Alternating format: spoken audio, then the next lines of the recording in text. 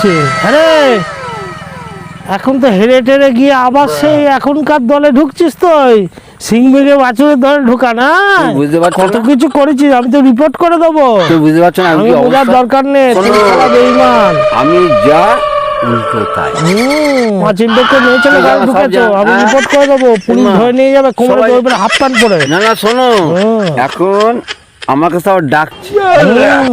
আয় আয় কে ডাকছে আয়, বলতো? আয়, নেতারা, BJP। নেতারা দাঁড়া, ওদের দরকার। তোর নামে তো রিপোর্ট করবো আমি। করবা? হ্যাঁ। তো করবে যা। মার খাওয়াবো, আমার এই হবে। তুই শালা গিরগিটি।